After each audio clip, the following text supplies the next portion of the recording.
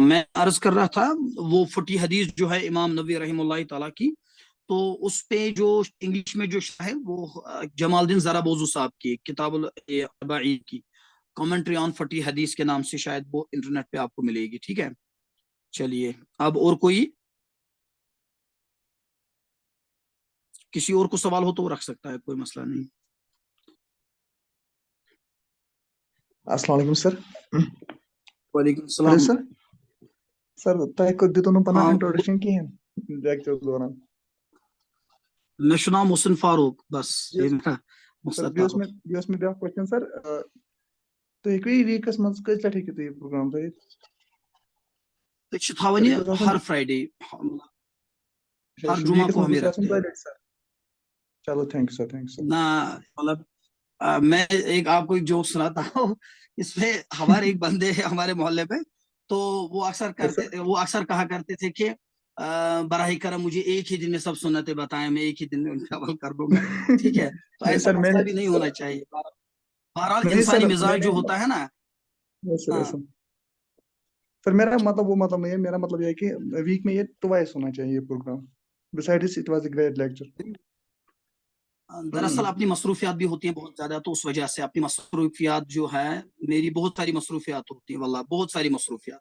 اب میں نے ابتدا میں بھی جو شعر آپ کو سنایا کہ جو شعر آپ کو میں نے سنایا کہ زندگی لوگ جسے مرہم غم جانتے ہیں، جس طرح ہم گزارتے ہیں وہ ہم ہی جانتے ہیں. تو بہرحال ہمیں بہت ساری مصروفیتیں جو ہوتی ہیں، تو ان میں تھوڑا سا ٹائم نکال کر پھر آپ کے ساتھ تھوڑی سی جو انٹریکشن ہوتی ہے، تو میرے خیال سے انشاءاللہ اس کو غنیمت جان کر ہم اس کو انشاءاللہ یوٹیلائز کریں گے. اور باقی اگر آپ کے فرینڈ سرکل میں اور بھی مطلب مختلف جو مزاج کے بائی ہوتے ہیں، تو ان کو بھی آپ بلائیں. فرائیڈے ہم 8:30 یہی ٹائم ہوتا ہے، 8:30 آپ آ سکتے ہیں اور یہ پروگرام جوائن کر سکتے ہیں، اور اللہ تعالیٰ بہرحال قبول فرمائے. چلیے اور کچھ.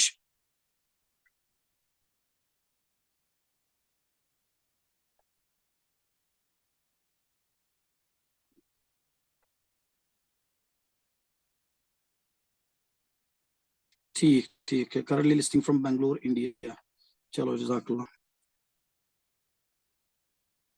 ہر کسی کو اور بھی کوئی سوال ہو، یا ہماری سسٹرز بھی ہے بہت ساری ہماری بہنیں ہیں، تو وہ بھی آپ نے ریٹن فارم میں آپ سوال بھیج سکتے ہیں، کوئی مسئلہ نہیں. ضروری نہیں ہے کہ آپ وائس نوٹ میں بولیں.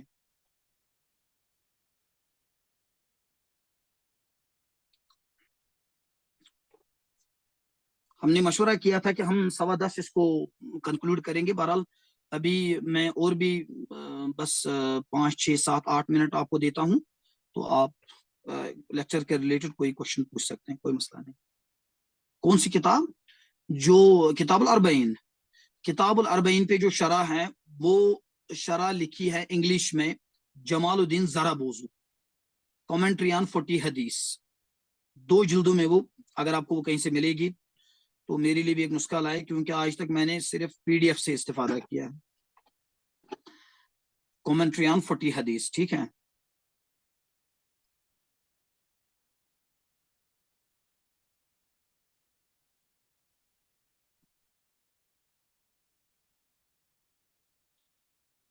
اور کسی کو کچھ پوچھنا ہے تو، ورنہ ہم اس کو یہیں پہ کنکلوڈ کرتے ہیں.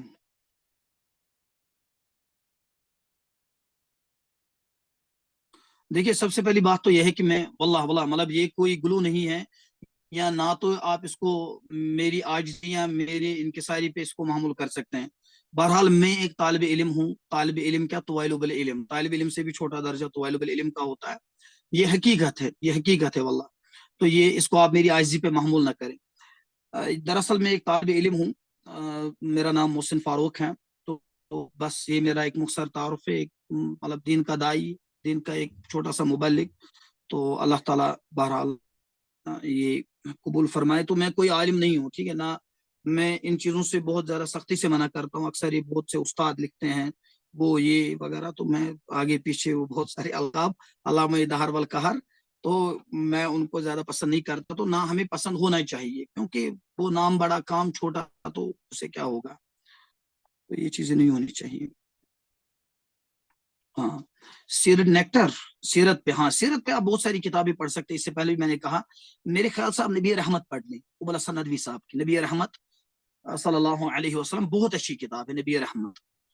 اسی طرح رحمت للعالمین ہے سید سلیمان منصوری صاحب کی، اس کو بھی آپ مطالعے میں لا الحمد سکتے للہ، تھینک یو. ہیں. اچھا اسی طرح اور بھی بہت ساری کتابیں ہیں آپ دیکھیے سیرت پہ، لیکن نبی رحمت بہت اچھی کتاب ہے نبی رحمت ابو الحسن ندوی کی. اس کے بعد تیسرے نمبر پر، دوسرے نمبر پر رحمت للعالمین، تیسرے نمبر پر الرحیق المختوم، یا دوسرے نمبر پر الرحیق المختوم، تیسرے نمبر پر رحمت للعالمین. اچھا فقہ پہ دیکھیے، ایک تو اس مسائل الفقہ ہیں، یعنی مثال طور پر آپ کو مسائل لینے ہیں، یعنی آپ مثلا وضو کے بارے میں جاننا چاہتے ہیں، نماز کے بارے میں وغیرہ، تو اس پہ بہت ساری کتابیں. آپ حنفی فقہ میں بھی یعنی اس پہ کتابیں لکھی گئی. اسی طریقے سے حنبلی جو ہمارے یہاں عرب سے جو کتابیں آتی ہیں وہ اکثر حنبلی فقہ پہ ہوتی ہے. ٹھیک ہے، تو سید سابق صاحب کی کتاب فقہ السنہ، آپ اس کو پڑھ لیں، 3 جلدوں میں وہ پبلش ہوئی. انگلش میں بھی اس کا ترجمہ ہے، اردو میں بھی، اور وہ اصل میں عربی میں. سید سابق صاحب کی، سید سابق ان کی کتاب ہے فقہ السنہ، اس کا آپ مطالعہ کرنے. اسی طریقے سے اور ایک کتاب ہے دارالسلام سے وہ پبلش ہوئی ہے، ڈاکٹر صبحی صالح غالب، یا خلاق ہیں یا صالح، دو میں سے ایک. اس کا اردو میں ترجمہ ہوا ہے فقہ کتاب السنت، بہت اچھی کتاب ہے فقہ کتاب السنت. پہلی کتاب کیا ہے؟ فقہ السنہ سید سابق صاحب کی، دوسری فقہ کتاب السنت ڈاکٹر صبحی کی. اور کچھ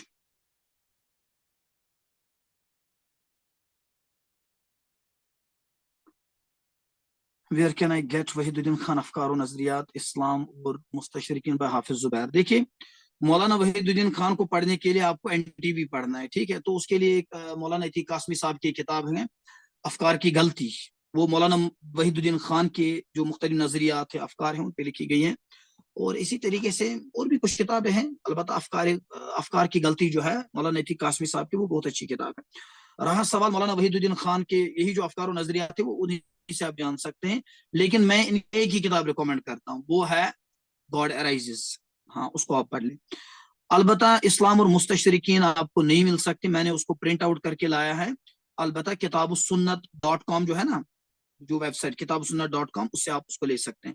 اسلام اور مستشرقین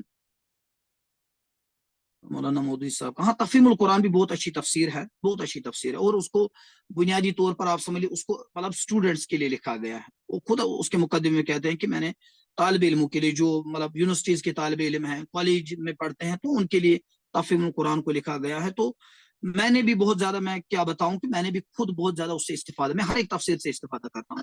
ٹھیک ہے، چاہے وہ تفسیر ماجدی ہو، چاہے وہ لقمان سلفی کی تفسیر ہو، چاہے وہ تفہیم القرآن ہو، معارف القرآن ہو، یا کوئی اور تفسیر ہو، تو بہرحال یہ چیزیں ہیں. اچھا some youth not only have the issue but training to outside youth, especially women in subcontinent, face issues within the basic units of society regarding limit of Islam. Can we have a session on that? Shall I elaborate? کوئی مسئلہ نہیں، اس پہ بھی رکھیں گے، وہ دیکھیں گے ہم کہ خواتین کے لیے کیا تحدید ہے کیا نہیں ہے، مطلب اس پہ بھی ہم کبھی وہ سیشن رکھ سکتے ہیں. البتہ ڈاکٹر حافظ محمد زبیر صاحب جو ہے نا، حافظ محمد زبیر صاحب، وہ ان ایشوز پہ بولتے ہیں، فقہ نوازل جو ہوتے ہیں، جو نئے ایشوز ہے، مثلا نوکری کے حوالے سے کیا ایک عورت نوکری کر سکتی ہے وغیرہ. تو اس پہ آپ ڈاکٹر حافظ محمد زبیر صاحب کی بڑی وہ معتدل جو ان کے آراء اور افکار ہیں، تو ان کو آپ یوٹیوب سے وہ ڈاؤن لوڈ کر سکتے ہیں. حافظ محمد زبیر صاحب کے وہ جو مختلف جو ان کی تقاریر ہیں. اس وقت بہت سارے مسائل ہیں، جیسا کہ میں عرض کر چکا ہوں، بہت سارے مسائل ہیں، تو آپ ان کو سمجھنا بہت ضروری ہے. چلیے، اور کسی کو سوال ہے تو پھر ہم اس کو یہیں پہ کنکلوڈ کرتے ہیں.